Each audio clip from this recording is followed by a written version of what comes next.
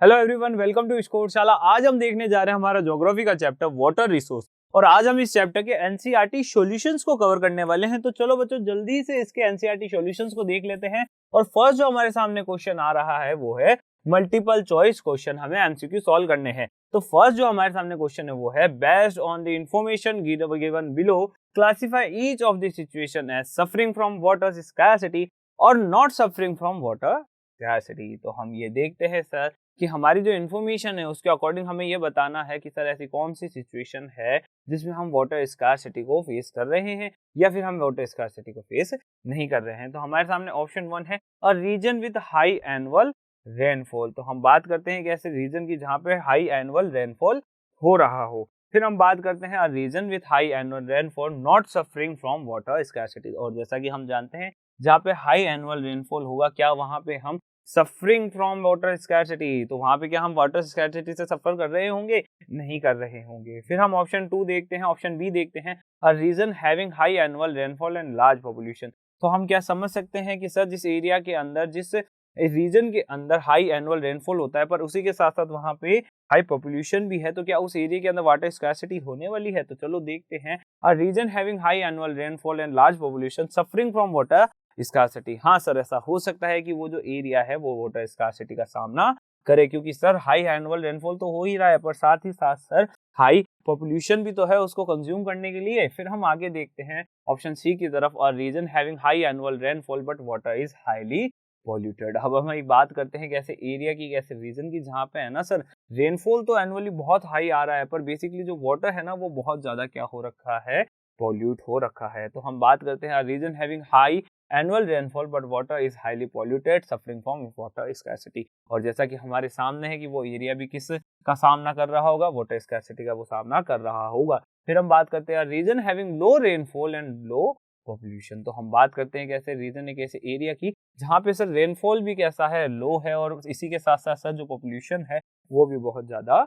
लो है। तो हम जब भी ऐसे एरिया की बात करते हैं तो हम ये देख सकते हैं कि सर जब रेनफॉल ही लो है और इसी के साथ साथ पॉपुलेशन भी लो है तो वो जो एरिया है वो किसी भी तरीके से वाटर स्कार्सिटी का सामना नहीं कर रहा होगा। फिर हम बढ़ते हैं नेक्स्ट क्वेश्चन की तरफ। Which one of the following statement is not an argument in favour of multipurpose river projects. तो हमने एक ऐसा आर्गुमेंट को सिलेक्ट करना है, एक ऐसे ऑप्शन को सिलेक्ट करना है जो मल्टीपर्पज प्रोजेक्ट के फेवर में नहीं है। तो हम ऑप्शन ए को देखते हैं, multipurpose projects bring water to those areas which suffer from water scarcity. तो सर जो मल्टीपर्पज प्रोजेक्ट्स है ना वो उस एरिया तक पानी लेके जाते हैं जहाँ पे वाटर की स्कार्सिटी हो। फिर पॉइंट बी में हम देखते हैं multipurpose projects by regulating water flow help to control floods. तो हम ये समझ सकते हैं सर कि जो मल्टीपर्पज प्रोजेक्ट्स है ना वो वाटर को क्या करते हैं, रेगुलेट करते हैं ताकि वहां पे क्या ना आ सके, फ्लड्स ना आ सके। जैसा कि हमने चैप्टर के अंदर पढ़ा है, जिसने चैप्टर अच्छे से देखा हुआ है ना वो इसका आंसर इजीली दे सकता है। ऑप्शन सी की तरफ हम चलते हैं, वहां लिखा है multipurpose project led to large scale displacement and loss of livelihood. तो सर हम क्या समझ सकते हैं कि सर मल्टीपर्पज जो प्रोजेक्ट्स होते हैं उसके साथ साथ डिस्प्लेसमेंट भी आता है और उसी के साथ साथ लॉस ऑफ लिवलीहुड भी आता है। फिर हम आगे देखते हैं multipurpose project generate electricity for our industries and our homes. इसी के साथ हम ये समझ सकते हैं सर कि जो मल्टीपर्पज जो प्रोजेक्ट है उसके कारण इंडस्ट्रीज के लिए और होम्स के लिए इलेक्ट्रिसिटी जनरेट होती है। और हम ये समझ सकते हैं कि इन ऑप्शंस में से ऐसा कौन सा ऑप्शन है जो ओवरऑल जो हमारा सिस्टम है, जो ओवरऑल जो हमारा मल्टीपर्पज रिवर प्रोजेक्ट्स है उसको सपोर्ट नहीं करता। तो वो है हमारा option C, multipurpose project led to large scale displacement and loss of livelihood. मतलब बेसिकली उसकी कौन सी साइड बता दी, नेगेटिव साइड बता दी, बाकी सारे जो है वो उसकी पॉजिटिव साइड ही बता रहे थे। फिर हम आगे चलते हैं थर्ड क्वेश्चन की तरफ। Here are some false statement, identify the mistakes and rewrite them correctly. अब यहाँ पे कुछ है ना सर ऐसे स्टेटमेंट्स दे रखे हैं जो कैसे हैं, फॉल्स है। अब हम उसे क्या करेंगे, मिस्टेक्स को सॉल्व करेंगे और उसे रीराइट करेंगे। तो हम देखते हैं multiplying urban centres with large and dense population and urban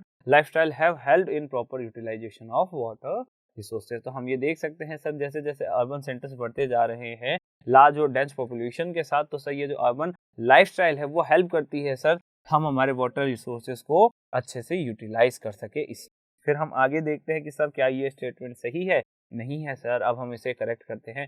multiplying urban centres with large and dense population and urban lifestyle have resulted in proper utilisation of water resources. तो sir हम ये समझ सकते हैं कि सर जैसे जैसे urban centres बढ़ते जा रहे हैं लार्ज एंड डेंस पॉपुलेशन बढ़ती जा रही है, अर्बन लाइफस्टाइल जैसे जैसे आगे आती जा रही है, सर इसके कारण इम्प्रॉपर यूटिलाइजेशन हो रहा है हमारे वाटर रिसोर्सेज का। फिर हम चलते हैं नेक्स्ट पॉइंट बी की तरफ।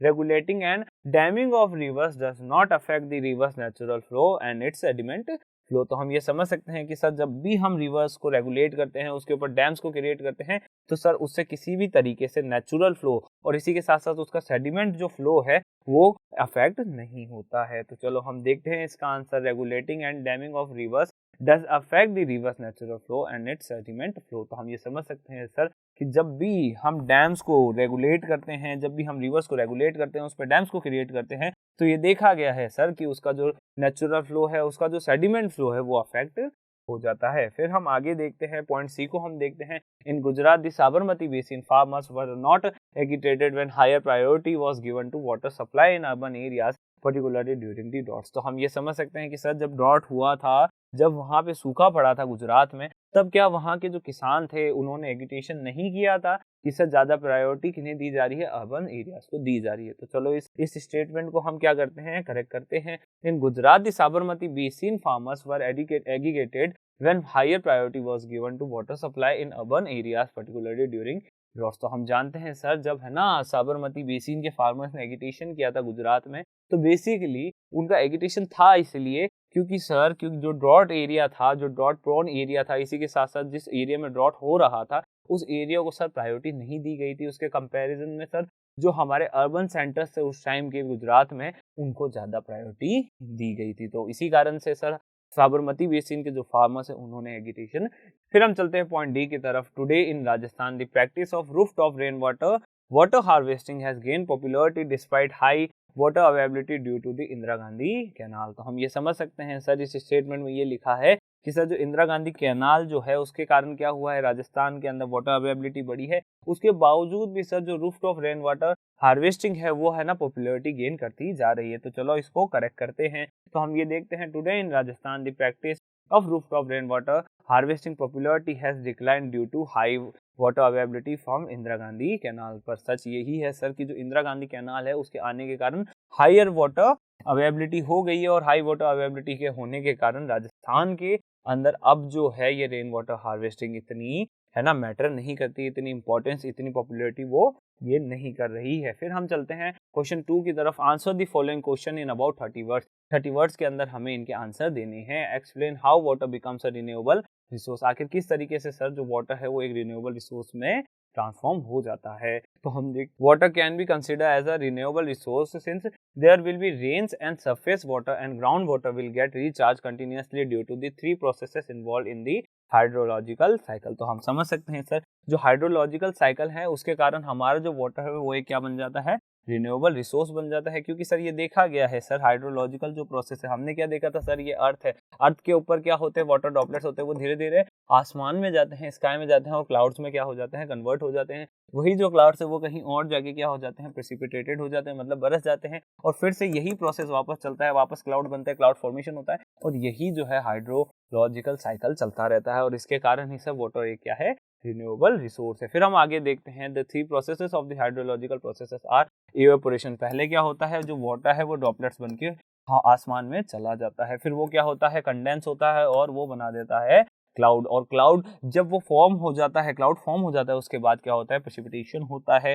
वो कहीं ना कहीं जाके बरस जाता है। फिर हम देखते हैं second point, what is water scarcity and what are its main causes. तो हम ये देखना होगा कि सर वाटर स्कैरसिटी क्या है और इसके मेन कॉजेस क्या है, इसके मेन कारण क्या है। Many of our cities are such examples, हमारी कुछ सिटीज इसके एग्जांपल है। Thus water scarcity may be an outcome of large and growing population and consequent greater demands for water and unequal access to it. तो हम ये समझ सकते हैं सर कि वाटर स्कैरसिटी की जो प्रॉब्लम वो हमारे सामने क्यों आई है, क्योंकि सर अब धीरे धीरे है ना हमारी जो ग्रोइंग पॉपुलेशन है उसकी डिमांड बढ़ती जा रही है, उसकी वाटर की डिमांड, उसकी नीड बढ़ती जा रही है कि सर हमें ज्यादा से ज्यादा क्या चाहिए, वाटर चाहिए। और इसी के साथ साथ सर अब जो सोशल क्लासेस है उन्हें अनइक्वल एक्सेस दिया जाता है किसका, वाटर का, और इसी के कारण धीरे धीरे हम वाटर स्कैरसिटी का सामना करते जा रहे हैं। फिर हम आगे देखते हैं, a large population requires more water not only for domestic use but also to produce more food. तो हम ये समझ सकते हैं सर कि जो लार्ज पॉपुलेशन है, लार्ज पॉपुलेशन की नीड है सर वाटर की, कि सर हमारे डोमेस्टिक जो वर्क्स है, डोमेस्टिक जो यूजेस है उनके लिए तो हमें वाटर की नीड है ही है, पर सर हमें फूड प्रोडक्शन के लिए भी किसकी नीड है, वाटर की नीड है। Hence to facilitate higher food grain production, तो हम ये समझ सकते हैं सर कि अगर हमें हायर फूड ग्रेन प्रोडक्शन चाहिए तो हमें ज़्यादा से ज़्यादा वाटर रिसोर्सेज को यूज़ करना पड़ेगा। Water resources are being over exploited, और इसी के कारण वाटर रिसोर्सेज क्या होंगे, ओवर एक्सप्लॉइट होंगे। To expand irrigated areas for dry season agriculture, और इसी के साथ साथ सर ओवर इरिगेशन होगा।